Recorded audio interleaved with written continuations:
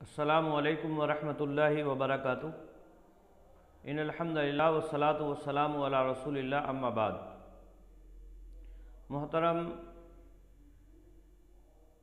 ناظرین کرام اور عزیز طلبہ،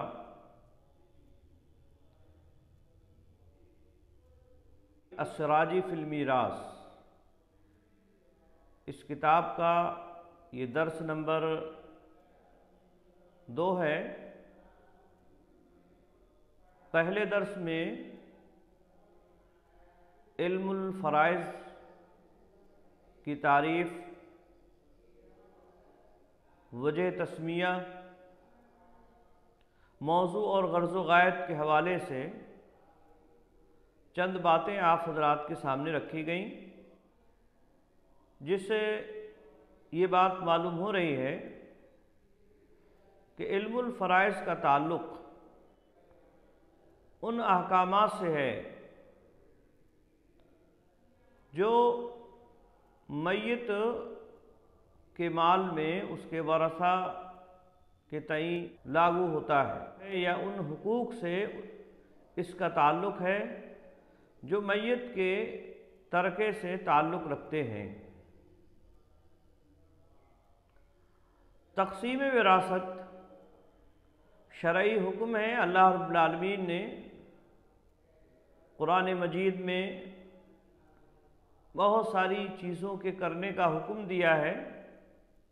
نماز ہے، زکوٰۃ، حج، یا اسی طرح سے روزہ وغیرہ، یہ تمام چیزیں اللہ رب العالمین نے مسلمانوں پر فرض کی ہیں اور ان کے کرنے کا حکم دیا ہے۔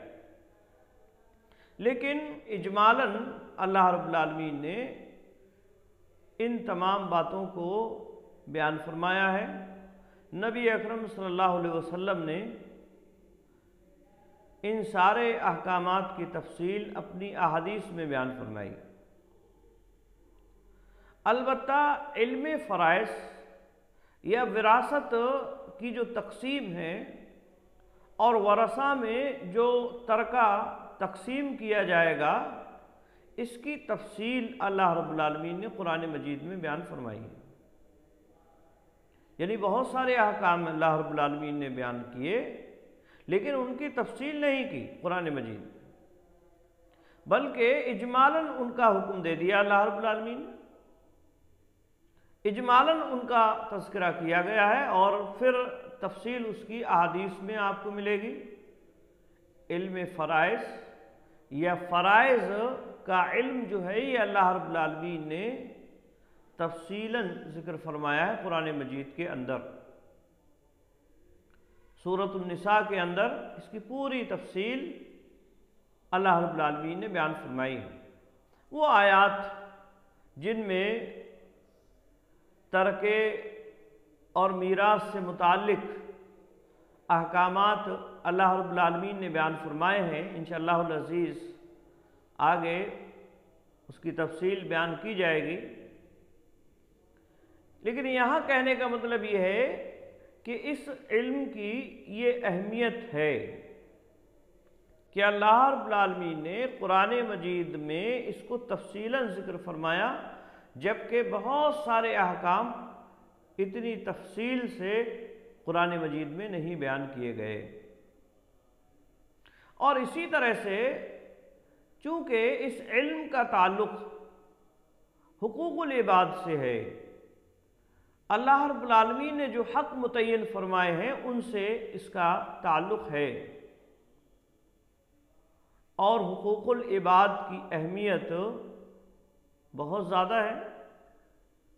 ایک آدمی اللہ رب العالمین کے حق میں کوتاہی کا شکار ہوتا ہے، کوتاہی کرتا ہے، تو ممکن ہے اللہ رب العالمین اسے معاف فرما دے اپنی صفت رحمت کے واسطے سے، لیکن اگر حقوق العباد میں کوتاہی کرتا ہے تو اللہ رب العالمین اسے معاف نہیں فرمائے گا۔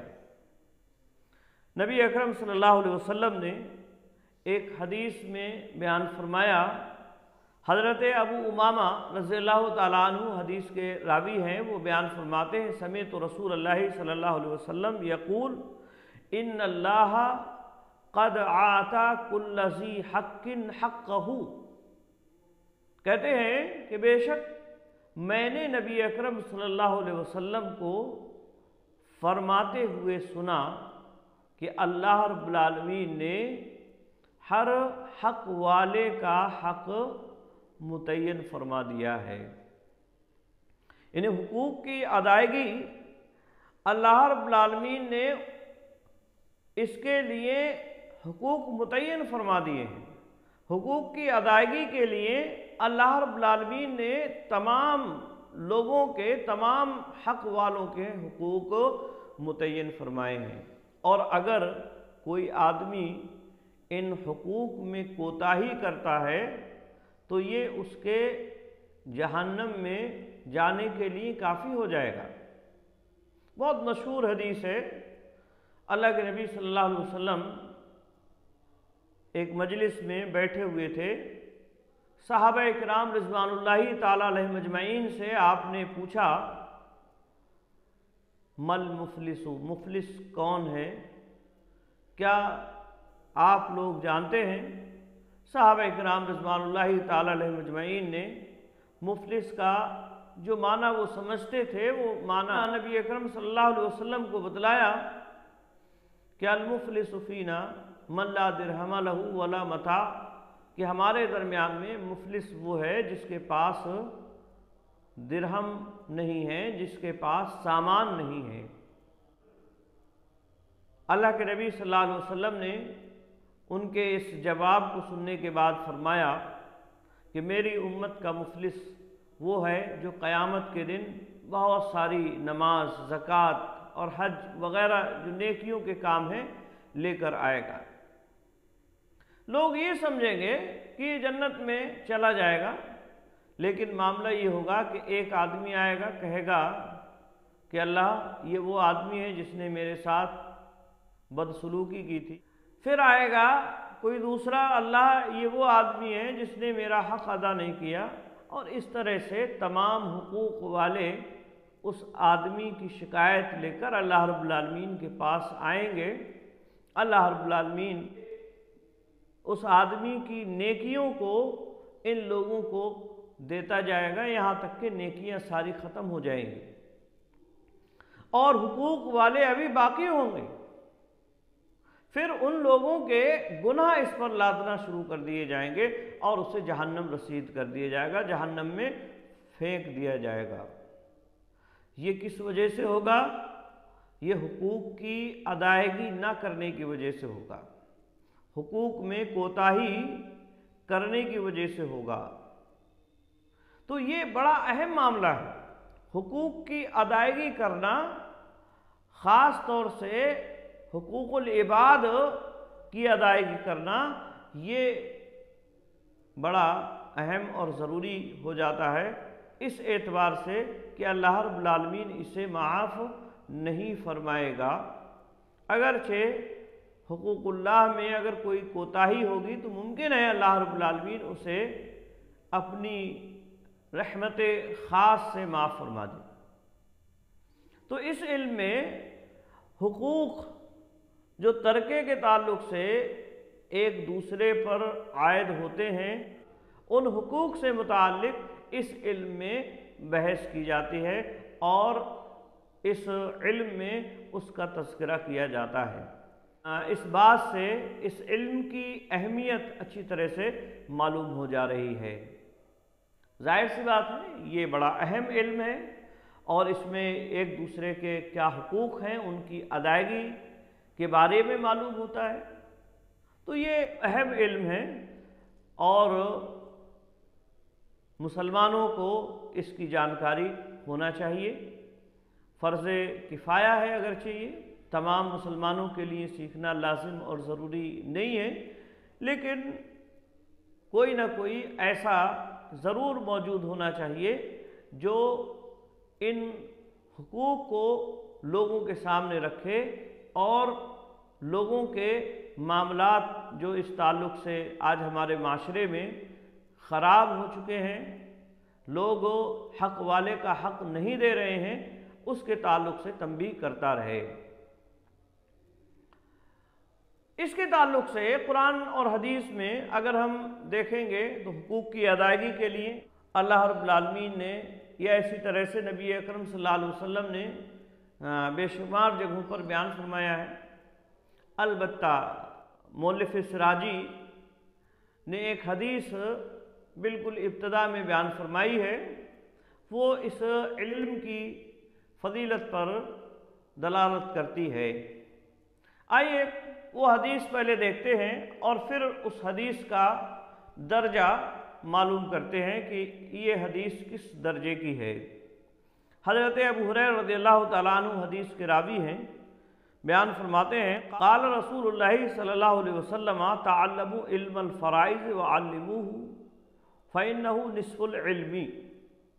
ابن ماجہ حدیث نمبر 2719، یعنی علم فرائض سیکھو اور دوسروں کو سکھاؤ کیونکہ یہ نصف علم ہے۔ یعنی اللہ کے نبی صلی اللہ علیہ وسلم کے حوالے سے یہ بات کہی گئی کہ علم فرائض سیکھو اور دوسروں کو سکھاؤ۔ تو سیکھنا اور سکھانے کا جہاں تک معاملہ ہے، اس سے پہلے بتلایا گیا کہ یہ حقوق کی ادائیگی سے تعلق رکھتا ہے، لہذا حقوق کی ادائیگی کس طرح سے ہونا ہے اس کی جانکاری ایک مسلمان کو ہونا چاہیے۔ اب یہاں اس میں بھی یہی بات کہی گئی، اس حدیث میں بھی یہی بات کہی گئی کہ علم فرائض کو سیکھو اور دوسروں کو سکھاؤ کیونکہ یہ نصف علم ہے۔ نصف علم کی بات بھی اس میں کہی گئی ہے۔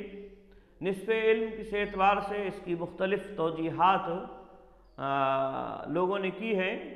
نصف علم اس اعتبار سے ایک توجیح اس کی گئی ہے جو زیادہ مشہور مانی جاتی ہے کہ علم جو ہے وہ ایک تو موت سے پہلے کا ہے اور ایک موت سے بعد کا ہے۔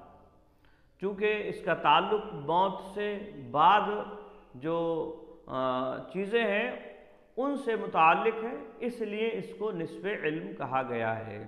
اس کے علاوہ بھی بہت ساری توجیح کی گئی ہیں، لیکن ان توجیحات کو یہاں ذکر کرنے کی کوئی خاص ضرورت یہاں نہیں ہے۔ تو یہ حدیث بہرحال بیان کی جاتی ہے اس تعلق سے کہ اللہ کے نبی صلی اللہ علیہ وسلم نے ایسا بیان فرمایا اور اس علم کو نصف علم قرار دیا۔